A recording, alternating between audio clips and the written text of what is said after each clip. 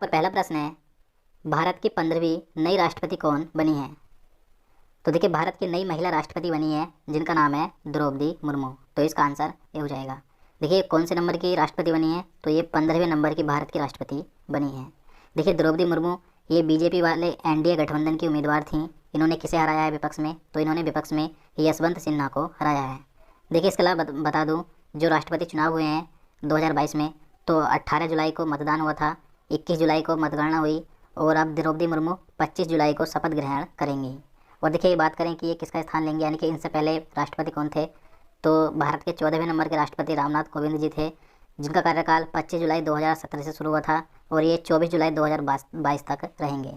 इसके बाद भारत की नई महिला राष्ट्रपति बन जाएंगी द्रौपदी मुर्मू, जो कि 15वें नंबर की हैं, तो याद रखना है। इसके बाद नेक्स्ट क्वेश्चन है, भारत की प्रथम आदिवासी महिला राष्ट्रपति कौन बनी है?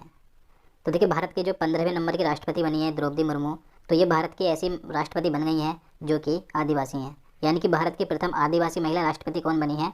द्रौपदी मुर्मू बनी है। तो इसका आंसर ये हो जाएगा।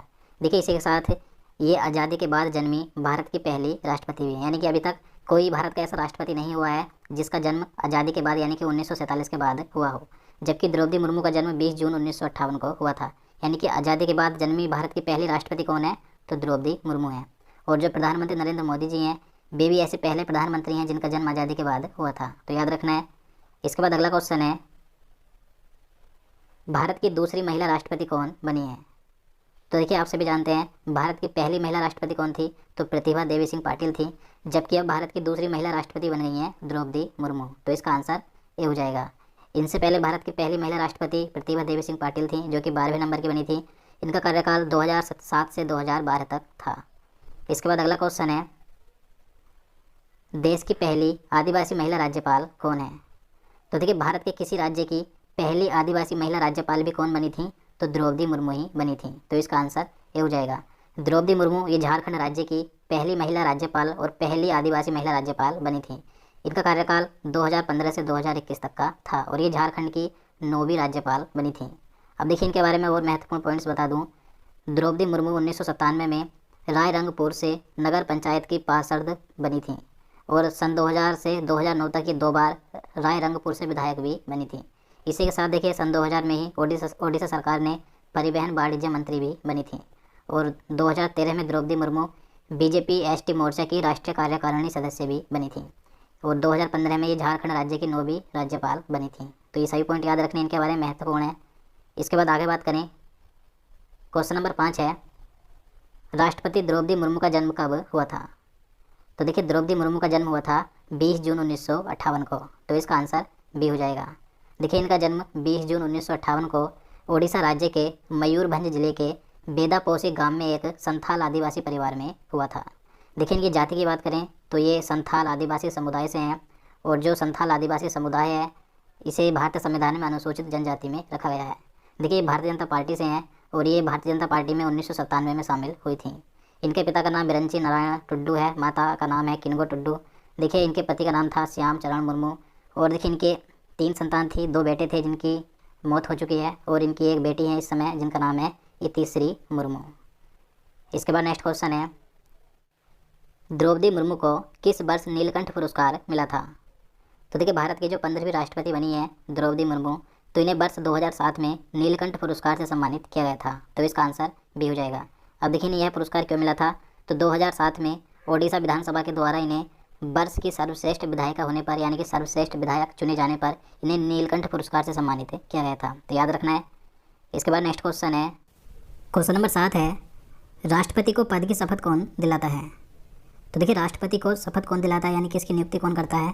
तो इसका आंसर भी हो जाएगा सर्वोच्च न्यायालय का मुख्य न्यायाधीश, यानी कि सुप्रीम कोर्ट का जो मुख्य न्यायाधीश होता है वह राष्ट्रपति को पद की शपथ दिलाता है। देखिए, भारतीय संविधान के अनुच्छेद 60 के तहत सुप्रीम कोर्ट का मुख्य न्यायाधीश राष्ट्रपति को शपथ दिलाता है। लेकिन अगर देखिए मुख्य न्यायाधीश अनुपस्थित है तो जो सुप्रीम कोर्ट का सबसे वरिष्ठ न्यायाधीश होगा वह राष्ट्रपति को शपथ दिलाएगा। तो याद रखना है। इसके बाद अगला क्वेश्चन है, भारतीय संविधान के किस अनुच्छेद के तहत राष्ट्रपति पद का प्रावधान किया गया है? तो इसका आंसर ए हो जाएगा अनुच्छेद 52 में। तो देखिए, भारतीय संविधान के अनुच्छेद 52 में कहा गया है कि भारत का एक राष्ट्रपति होगा, यानी कि राष्ट्रपति पद का प्रावधान किस अनुच्छेद में किया गया है? अनुच्छेद 52 में। इसके बाद अगला क्वेश्चन है, भारतीय संघ की कार्यपालिका का संवैधानिक प्रमुख कौन होता है? तो भारतीय संघ की कार्यपालिका का संवैधानिक प्रमुख होता है राष्ट्रपति। तो इसका आंसर बी हो जाएगा। तो देखिए, भारतीय संविधान के अनुच्छेद 53 के अनुसार भारतीय संघ की कार्यपालिका शक्ति राष्ट्रपति में निहित होती है। और आप सभी जानते हैं देश का प्रथम नागरिक कौन होता है? तो राष्ट्रपति होता है। राष्ट्रपति के पास ही भारतीय सशस्त्र सेना की सर्वोच्च कमान भी होती है। इसके बाद क्वेश्चन नंबर 10 है, संविधान का कौन सा अनुच्छेद राष्ट्रपति के निर्वाचन मंडल से संबंधित है? तो इसका आंसर ऑप्शन सी हो जाएगा, अनुच्छेद 54। तो देखिए, भारतीय संविधान का जो अनुच्छेद 54 है, यह राष्ट्रपति के निर्वाचन मंडल से संबंधित है। यानी कि राष्ट्रपति का निर्वाचन किस प्रकार से होता है, इसके निर्वाचन में कौन कौन भाग लेते हैं, यानी कौन कौन मतदान करते हैं। तो देखिए, इसमें संसद के दोनों सदनों के निर्वाचित सदस्य और राज्यों की विधानसभाओं के निर्वाचित सदस्य भाग लेते हैं। यानी कि जो संसद के दोनों सदन होते हैं, लोकसभा और राज्यसभा, उसके जो निर्वाचित सदस्य होते हैं यानी कि जो सांसद होते हैं, तो वे राष्ट्रपति के निर्वाचन में भाग लेते हैं। इसी के साथ जो राज्यों की विधानसभाओं के निर्वाचित सदस्य होते हैं यानी कि जो विधायक होते हैं, तो वे भी राष्ट्रपति के निर्वाचन में मतदान यानी कि निर्वाचन करते हैं। देखिए, इसी के साथ जो दिल्ली और पुदुचेरी केंद्र शासित प्रदेश है, यहाँ पर भी विधानसभा है, तो इनकी विधानसभा के निर्वाचित सदस्य भी राष्ट्रपति के निर्वाचन में भाग लेते हैं। तो याद रखना है। इसके बाद अगला क्वेश्चन है, किस अनुच्छेद के तहत राष्ट्रपति का चुनाव किया जाता है? तो इसका आंसर ऑप्शन डी हो जाएगा, अनुच्छेद 55 के तहत। तो देखिए, भारत के राष्ट्रपति का चुनाव अनुच्छेद 55 के अनुसार आनुपातिक प्रतिनिधित्व प्रणाली के एकल संक्रमणीय मत पद्धति के द्वारा होता है। देखिए, राष्ट्रपति के चुनाव में ये जो पद्धति अपनाई जाती है, तो इसमें क्या होता है, तो इसमें जो मतदाता होता है वह उम्मीदवारों को अपनी प्राथमिकता के आधार पर वोट देता है। यानी कि मान लीजिए यहाँ पर 3 कैंडिडेट यानी कि 3 उम्मीदवार हैं, ए, बी और सी, और यहाँ पर ये उम्मीदवार है, तो वह अपनी प्राथमिकता के आधार पर इन्हें पसंद करेगा। यानी कि वह चाहता है कि मेरी पहले पसंद बी है, फिर दूसरे नंबर पर उसकी पसंद सी है, फिर तीसरे नंबर पर ए है। तो इस प्रकार से वह अपनी प्राथमिकता के आधार पर, अपनी पसंद के आधार पर राष्ट्रपति के चुनाव में वोट करता है। इसके बाद अगला क्वेश्चन है, राष्ट्रपति बनने के लिए न्यूनतम उम्र कितनी होनी चाहिए? तो देखिए, भारत का राष्ट्रपति बनने के लिए न्यूनतम आयु 35 वर्ष होनी चाहिए। तो इसका आंसर डी हो जाएगा। देखिए, भारत का राष्ट्रपति बनने के लिए योग्यता की बात करें, क्या क्या योग्यता होनी चाहिए, तो देखिए, वह व्यक्ति भारत का नागरिक हो और वह 35 वर्ष की आयु भी पूरी कर चुका हो। इसी के साथ वह लोकसभा का सदस्य निर्वाचित होने की योग्यता रखता हो और वह किसी भी सरकारी लाभ पद पर न हो। लेकिन देखिए, कुछ कार्यालय धारकों को राष्ट्रपति उम्मीदवार के रूप में खड़ा होने की अनुमति दी गई है। जैसे कि वर्तमान राष्ट्रपति का चुनाव दोबारा लड़ सकता है, वर्तमान उपराष्ट्रपति भी राष्ट्रपति का चुनाव लड़ सकता है, और किसी भी राज्य का राज्यपाल राष्ट्रपति का चुनाव लड़ सकता है, और संघ या किसी राज्य के मंत्री भी राष्ट्रपति के चुनाव में खड़े हो सकते हैं। और देखिए, राष्ट्रपति पद के लिए उम्मीदवार का नाम कम से कम 50 मतदाताओं के द्वारा प्रस्तावित और 50 मतदाताओं के द्वारा अनुमोदित होना चाहिए। और देखिए, इसी के साथ बता दूं, राष्ट्रपति पद के लिए जमानत राशि 15,000 रुपये है तथा कुल वैध मतों का 1/6 भाग मत नहीं मिलने पर यह राशि जब्त हो जाती है। यानी कि अगर कोई व्यक्ति राष्ट्रपति पद के लिए उम्मीदवारी करता है, यानी कि राष्ट्रपति पद पर खड़ा होता है, तो उसे जमानत राशि 15,000 रुपये देनी होती है। अगर उसे कुल मतों का 1/6 मत प्राप्त नहीं होते हैं, तो उसकी यह 15,000 रुपये की जो राशि है यह जब्त हो जाती है। तो याद रखना है। इसके बाद नेक्स्ट क्वेश्चन है, भारत के राष्ट्रपति का कार्यकाल अधिकतम कितने वर्ष का होता है? तो देखिए, भारत के राष्ट्रपति का अधिकतम कार्यकाल होता है 5 वर्ष का। तो इसका आंसर सी हो जाएगा। इसके बाद अगला क्वेश्चन है, किस अनुच्छेद में राष्ट्रपति पर महाभियोग लाने की प्रक्रिया प्रदान की गई है? तो देखिए, भारत के राष्ट्रपति का कार्यकाल अधिकतम 5 वर्ष का होता है, लेकिन इसे महाभियोग प्रक्रिया के जरिए पहले ही हटाया जा सकता है। तो ये जो राष्ट्रपति पर महाभियोग लगाने की प्रक्रिया है, तो इसे किस अनुच्छेद में रखा गया है?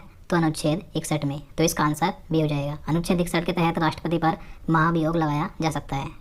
इसके बाद अगला क्वेश्चन है, भारत के राष्ट्रपति को वर्तमान में प्रति माह कितना वेतन मिलता है? तो देखिए, भारत के राष्ट्रपति को वर्तमान में प्रति महीने 5 लाख रुपये वेतन मिलता है। तो इसका आंसर डी हो जाएगा। और देखिए, इन 5 लाख रुपये पर कोई भी टैक्स नहीं लगता। इसके अलावा राष्ट्रपति को कई भत्ते भी मिलते हैं। और देखिए, रिटायरमेंट होने के बाद भी राष्ट्रपति को पेंशन के रूप में 1.5 लाख रुपये प्रति महीने मिलते हैं। तो याद रखना है। इसके बाद अगला क्वेश्चन है, राष्ट्रपति एंग्लो इंडियन समुदाय के कितने व्यक्ति को लोकसभा में मनोनीत कर सकता था? तो इसका आंसर भी हो जाएगा 2। तो देखिए, पहले क्या था, राष्ट्रपति लोकसभा में एंग्लो इंडियन समुदाय के 2 व्यक्तियों को मनोनीत कर सकते थे, लेकिन अभी इस व्यवस्था को समाप्त कर दिया गया है।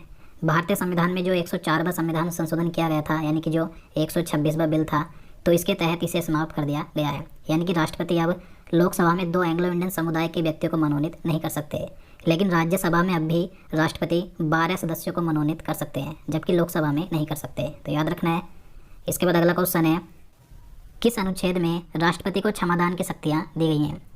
तो देखिए भारत के राष्ट्रपति को क्षमादान की शक्तियाँ अनुच्छेद 72 में दी गई हैं, तो इसका आंसर बी हो जाएगा। यानी कि देखिए देश का कोई भी व्यक्ति अगर दोषी करार पाया गया है, चाहे वह उसे उम्र कैद की सजा हो या फांसी की सजा हो, तो राष्ट्रपति उसे माफ़ कर सकता है। तो अनुच्छेद 72 में राष्ट्रपति को क्षमादान की शक्तियाँ दी गई हैं। इसके बाद अगला क्वेश्चन है, भारतीय संसद के प्रत्येक सदन को बुलाने और स्थगित करने का अधिकार किसे है? तो इसका आंसर डी हो जाएगा, राष्ट्रपति को।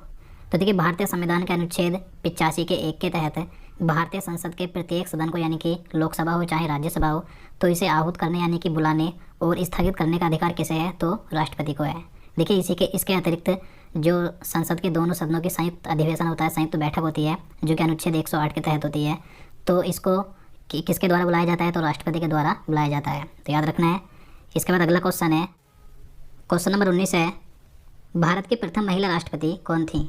तो देखिए आप सभी जानते हैं भारत की प्रथम महिला राष्ट्रपति थी प्रतिभा देवी सिंह पाटिल, तो इसका आंसर सी हो जाएगा। देखिए इनका कार्यकाल 25 जुलाई 2007 से 25 जुलाई 2012 तक था। इसके बाद अगला क्वेश्चन है, भारत के प्रथम राष्ट्रपति कौन थे? तो देखिए भारत के प्रथम राष्ट्रपति थे डॉक्टर राजेंद्र प्रसाद, तो इसका आंसर डी हो जाएगा।